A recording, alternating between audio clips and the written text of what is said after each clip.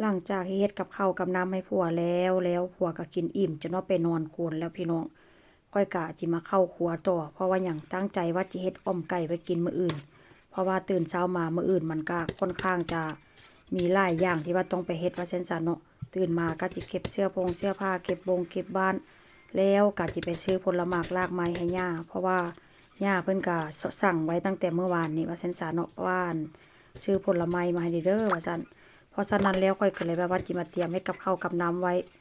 เตรียมเฮ็ดไว้ตั้งแต่มื้อนี้แหละพี่น้องตื่นเช้ามามันก็จะได้สะดวกสบายเด้เฮาจะกินหยังเฮาก็ตื่นมาเฮาก็มาอุ่นกินว่าเช่นซะเนาะอุ่นใส่ไมโครเวฟก็มีจังซี่นะก็ค่อนข้างจะสะดวกสบายเด้มื้อนี้ก็เลยแบบว่า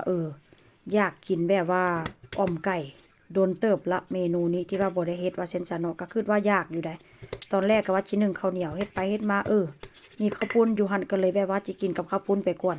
แล้วก็อีกอย่างข้าวเจ้าก็มี แล้วมื้อนี้ลูกสาวก็จะมาเด้อพี่น้องเพราะว่ามาแล้วก็สิพากันไปบ้านสวนว่าเช่นซะก็เลยแบบว่าแชทถามลูกสาวว่ากินกับหยังกินกับข้าวปุ้นก็ได้ดอกว่าเช่นก็เลยว่าอันซั่นล่ะก็ลวกข้าวปุ้นกินกับอันอ่อมไก่นี่ล่ะก็แซ่บคือกันแล้วค่อยก็จิมาตำพริกตำกระเทียมแล้วก็ตำหัวสิงไคเด้อพี่น้องแต่ว่าโคกค่อยนี้มันค่อนข้างจะใหญ่เด้พวกก็ย่างมาถามเจ้าสิเฮ็ดหยังกินคันเดียวว่าเจ้ากินข้าวล่ะ ค่อยก็เลยว่าจะเฮ็ดอ้อมไก่กินข้อยก็เลยว่าอ้อมไก่เฮ็ดแบบใดอ้อมไก่ก็เฮ็ดคล้ายๆกับอ้อมไก่สเปนหั่นล่ะแต่ว่าทางนี้มันใส่ผงใส่พริกใส่เครื่องค่อนข้างอ้าวหลายว่าเช่นซะใส่ปลาแดกนำพวกก็ว่าใส่ปลาแดกมันสิเป็นกินอยู่บ่ปลาแดกนั้นมันใส่สำหรับตำบักหุ่งว่าซั่นข้อยก็เลยว่าแซ่บโพดอันแต่ว่าโคกนี้มันก็ค่อนข้างจะใหญ่เด้อพี่น้องข้อยก็เลยแบบว่าสิไปหาซื้อโคกหินมาเวลาตำมันก็ค่อนข้างสะดวกสบายแบบเฮาตำเล็กๆน้อยๆหันนะ แล้วก็เวลาล้างก็ค่อนข้างจะสะดวกสบายพี่น้องที่ไปหาซื้อมาอยู่หลังจากตำเครื่องแล้วค่อยก็จะเอาลงไปผัดกับน้ำมันแบบนี้เลยผัดจนมันเหลืองพู้นแหละว่าซั่นซะเนาะจนมันเหลืองจนมันหอมแต่ว่าบ่ต้องให้ผัดไหม้หลายเด้อพี่น้องเพราะว่าเวลาเฮาเอาไปต้มใส่น้ำหั่นน่ะ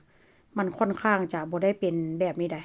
หัวสิงไคก็ได้เวลามันสุกเนาะมันค่อนข้างจะแบบว่ามันจะเปื่อยว่าซั่นซะเนาะเวลาเฮาต้มใส่น้ำอ้าวโดนหั่นน่ะว่าซั่นซะ หลังจากนั้นก็จะเอาไก่ลงไปผัดก็ค่อนข้างโอเคเด้อพี่น้องเพราะว่าเบิ่งสีสันมื้อนี้ก็ค่อนข้างจะแซ่บมื้อนี้ก็แต่ว่าก็จะเฮ็ดมันแบบว่าแซ่บเต็มที่เฮ็ดแบบว่าคล้ายๆแบบอันอีสานบ้านเฮาว่าเช่นซะสิบ่เฮ็ดแบบว่าคือตะกี้ได้ตะกี้ใส่เครื่องน้อยแต่ว่ามื้อนี้สิใส่เครื่องอ้าวหลายก็จะใส่ปลาแดกแล้วก็ใส่น้ำปลาแล้วก็ใส่ผงนัวใส่แป้งนัวว่าเช่นซะแล้วก็จะใส่เกลือลงไปพี่น้องมื้อนี้ก็จะใส่อย่างละเล็กละน้อย ข้อยก็จะบ่ใส่หลายได้เพราะว่าหั้นใส่แบบเฮาใส่หลายอย่างหั้นน่ะหั้นเฮาใส่เต็มที่ใส่หลายมันก็สิเค็มว่าจั่งซั้นเนาะก็สิผัดไปให้เข้าเครื่องกันแล้วค่อยก็สิเอาคะนอร์มาใส่นำคะนอร์นี่ก็จะเป็นคะนอร์จีนนะพี่น้องแต่ว่าคะนอร์จีนนี่ก็จะช่วยแบบว่าเรื่องสีสันได้เห็นบ่เวลาแบบว่าเฮาเฮ็ดเป็นพวกผักพวกต้มพวกทอดจังซี่นะเวลามันมีจะสีมีสีขาวก็จะเพิ่มแบบสีสันให้แบบว่าคล้ายๆมีสีเหลืองว่าเช่นซะเห็นบ่สีมันก็จะออก แต่ว่ามันบ่ค่อยค่อนข้างแบบบ่ค่อยหอมแต่ถ้าเป็นข้าวหนอเป็นรสดีบ้านเฮาเนาะเป็นของไทยว่าเช่นจ้ะมันค่อนข้างจะมีกลิ่นนำกลิ่นหอมนำแล้วก็ค่อนข้างจะแบบว่า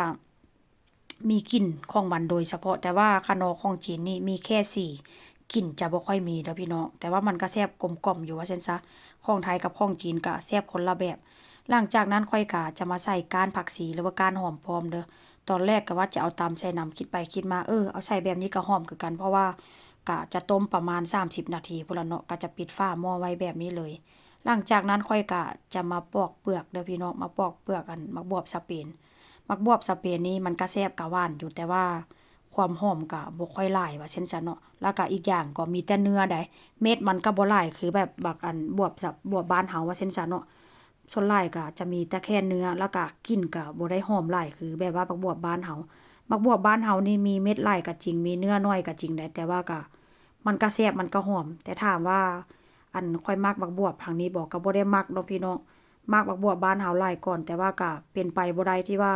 จะตั้งใจแบบว่าไปร้านจีนไปร้านเอเชียเพื่อไปซื้อบักบวบเพ้อๆไปบ่มีซ้ำเพราะฉะนั้นแล้วก็เอาในสิ่งที่มันมีที่ว่าอยู่ไกลแล้วก็เอามาปรับปรุงหรือว่า เอามาเฮ็ดแบบว่ามันก็คล้ายๆกันหั่นแหละว่าซั่นซะเนาะมีหยังที่แบบว่าอยู่ใกล้ก็เอามาใส่เอามาทดแทนกันว่าซั่นซะมันก็แซ่บคือกันล่ะพี่น้องแล้วก็มีวิตามินคือกันแล้วก็อีกอย่างมันก็หวานเด้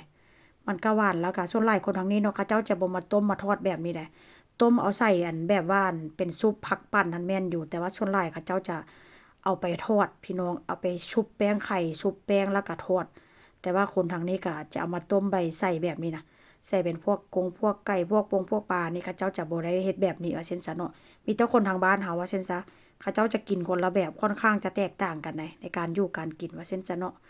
อันนี้ก็แล้วเด้อพี่น้องต้มไปประมาณ35นาทีก็ถือว่าค่อนข้างโอเคแล้วก็เนื้อไก่ก็ค่อนข้างจะเปื่อยมื้อนี้ก็ค่อยก็สิเอามากินกับข้าวปุ้นพี่น้องก็แซ่บคือกันเด้ก็ลองเฮ็ดเบิ่งเด้อว่ามันแซ่บบ่